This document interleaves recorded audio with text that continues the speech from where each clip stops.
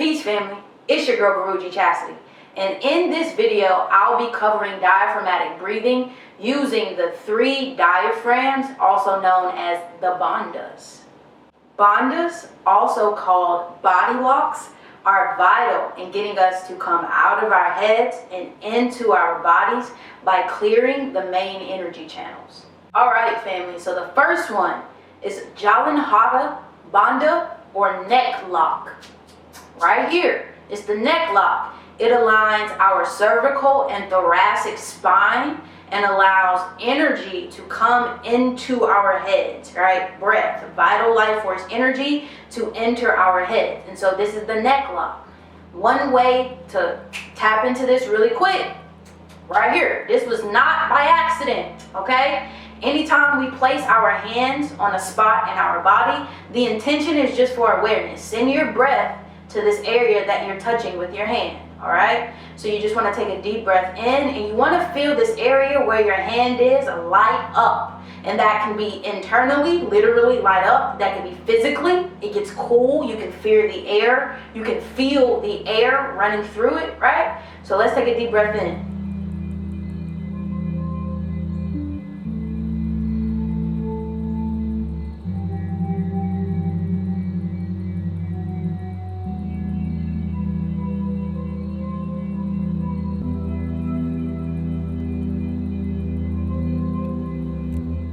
So for me, this really alleviates a lot of the mental energy that I carry around. And so it automatically allows my third eye and my crown to relax.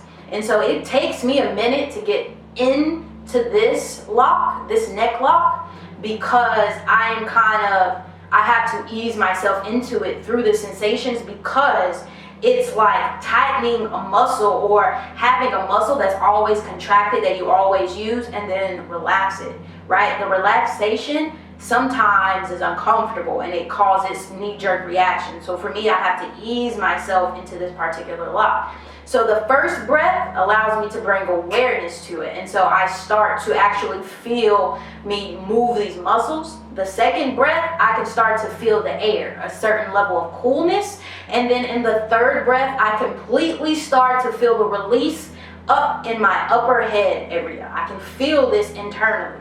Okay, I'm not really seeing a lot externally because this is all an internal party that I'm being able to tap into just by using my breath and awareness. And so if you feel comfortable, you don't have to keep your hand here the whole time that you breathe, but you keep your hand here as you're beginning to practice this exercise, so you make sure you're sending your breath in the right place. But once you feel comfortable, feel free. Bring your hand back down to neutral, okay?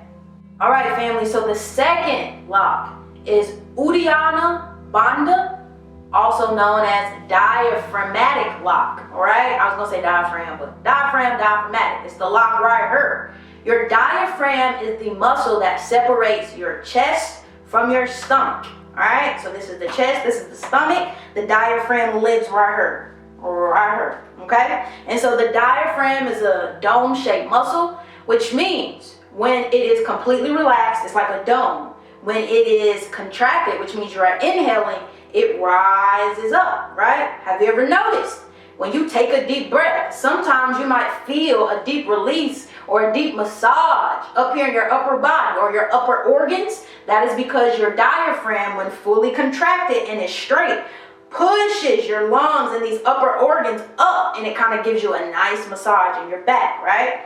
And so the reason why we want to practice Uddiyana Bandha is because that starts to bring air into the body, right? First we hit the head, and this is important for us in the Western time because we're always living in our mind. We're processing, we're going, we hustling, we got stressors, we got kids, we got bills to pay, okay? And so we normally all be up here, and we want to bring it down into the body, okay? And so we have we have Jalandhara, now we have Uddiyana. So one way to feel Uddiyana Bandha is to just place a hand right here on your diaphragm and take a deep breath. If you want to practice both at the same time, feel free. But first, we're going to try one at a time. So take a deep breath in and send the breath right here to your hand.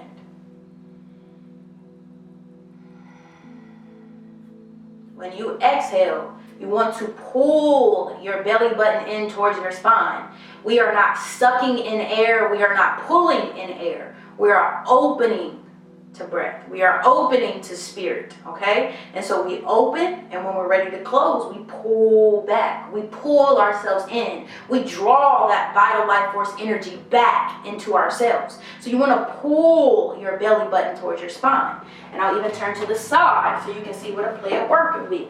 All right? There is no right or wrong way to do this. You just want to go with what feels good, not with what you think is right. Come out of your head. Come into your body. How does this feel? Right?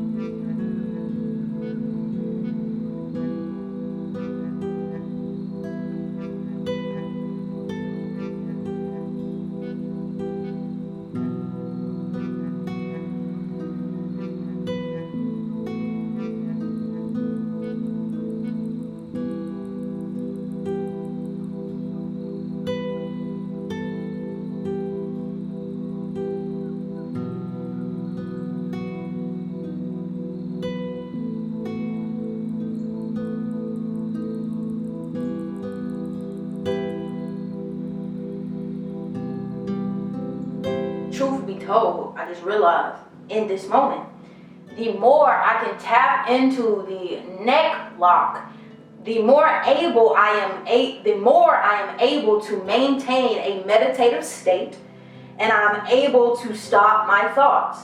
As soon as I let go of my neck lock, my thoughts, they come flooding back, right? And so sometimes the way that I fall out of my neck lock is by focusing too much on trying to get it right, trying to get the mechanics, right? When you're first doing this, it's cool to work with the instructions, to process it mentally, right? But you have to leave that alone at some point and come into feelings and come into what feels good, not about what we know is right. And so we not hear about the instructions. We want the instructions so we know what we're doing, but then we want to do it, right? We can't do and be at the same time. We got to choose which master we're going to serve. And so if we are being this breath, right, we have to remember to stay in tune, to stay in the flow. Don't come up here trying to think about, ooh, am I doing it right? Am I sending the breath? Is my belly going? Like, don't. Even I was doing it. Shit. That's how I know. Don't do it. Because I just did it. We're coming back to the front naive. Third lock, family. The third lock is going to be Mula, Bandha, or root lock. All right? And this is going to be the pelvic floor. And this allows us to maintain energy, to not lose energy, to not let it seep out of our bodies once we take it in, right? And so once we get even more saucy with the breath work and we're able to retain breath, once you hit that root lock, oh, you're just swirling with healing, vital life force energy in your body until you're ready to exhale, right? And so that's a very euphoric moment. It's like that tiny space of euphoria that we all chase, and that sense of peace. This is how you get to practice it with yourself in real time. You don't gotta wait. You could be taking a breath in a storm and feel that moment and be like, woo, child. The presence of spirit, God, whoever you call on, it's right here with me, and it's all in the breath. You feel me? All in the breath. So the pelvic floor lock for women, it's like doing a Kegel, right? When you inhale, open. When you exhale, close. When you inhale, open. When you exhale, close. Okay? Now, for me, this happened in phases, right? To bring it down energetically and be in tune with it, I had to hit my instructions in phases. Therefore, I wouldn't be overwhelmed with getting it right. So first, I just started with Kegels. I was literally, every time I would inhale, I would do a Kegel. I let that tire me out to a certain extent, because you're gonna realize that's a muscle just like any other one, right? And so the more you use it, it's gonna be like, I don't know, I don't really like that. I don't feel good. And you're gonna start to explore. But then how can I do that a little more subtly, right? And so that means like energetically. How can I energetically do a Kegel without using those muscles, but I know that I am pulling that energy in close, and then I'm opening it, right? Something very subtle. Or I even played around with it being my butthole muscle instead, and then I open and close that, right? I use that as an anchor. All of those spots can be anchors, right? But, because what I just did was I tried it from my actual vagina with just doing a Kegel. Then I moved it to my actual pelvic floor energetically, to where I really wasn't focusing on opening and closing a muscle, but just energetically opening that space and closing it. It's a very subtle sensation, swear for me. And then I tried thirdly by using my sphincter muscles, my butthole, right? And so that's how we find the balance, because we want to do it energetically, right, in our pelvic floor, in the center of our being, so we can keep it there. But we have to try the extremes, which is the front and the back. For a man, I'm not particularly sure about the extremes for the front and the back, but I feel like when you practice this as a man, as it pertains to your anatomy, you're gonna figure out, damn, that feels difficult, or damn, that feels easy, or like that feels good, or that doesn't, and I'm thinking too hard how to do it, right? That's how you know how to find your sweet spot. And then this is with anybody, not just me as your God, anybody that you receive information from. We're not here for you to take what I'm saying verbatim and then try to work it out and then figure out the ways in which, you know, you can mimic that process and then hold yourself accountable to not being able to do it exactly how Guruji said. That's not what we're here to do. I am a guide for you to get curious and explore your own body, but you are the ruler of that mug. You are the leader of that mug. You know what's best for that body and for that energy over there. So take these tools and explore them, right? And figure out how they make sense to you and your body. All I'm doing is opening the door. You gotta walk in there and look around and tell me what's what. I don't know what's what in there, okay? So now we got Jalan Hata, neck lock, Uddiyana Bandha, body lock, Mula Bandha, root lock. All right, so now we want to practice the root lock. For women, you're just going to be doing the Kegel, right? When you take your inhale, you want to open, receive air. When you exhale, you want to close that Kegel. For men, it's that space between your scrotum and your butthole, your sphincter muscle, what they call it, the taint, the gooch. Okay, that's that space that you want to be opening and closing with your inhales and your exhales, family.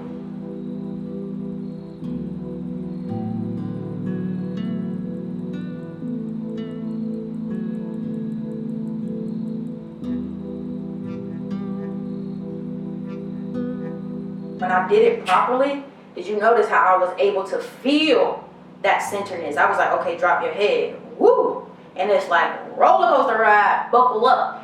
Once you practice this, you should be able to find your center and balance yourself, because that's where your euphoria is. When you're able to detect and then allow that space to open up. It's that body awareness, that sensation, right? Body awareness comes from finding something that feels good and you trying to mimic it. So anytime something feels off, you know, wait a minute, hold on, I gotta go check that. What's going on in there? And a lot of times when I'm speaking about body things and I'm keeping my eyes closed, it's because there's an internal reality, and a lot of times we can't tap into that and picture that because we're too busy using these, right? Close your eyes, feel.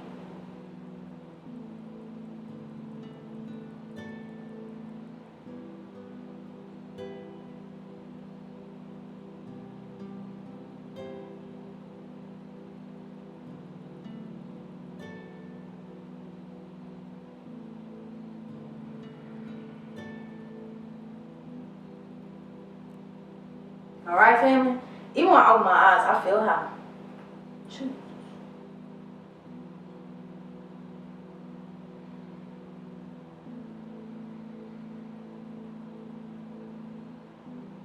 Damn. That was like just 3 solid breaths using all of them.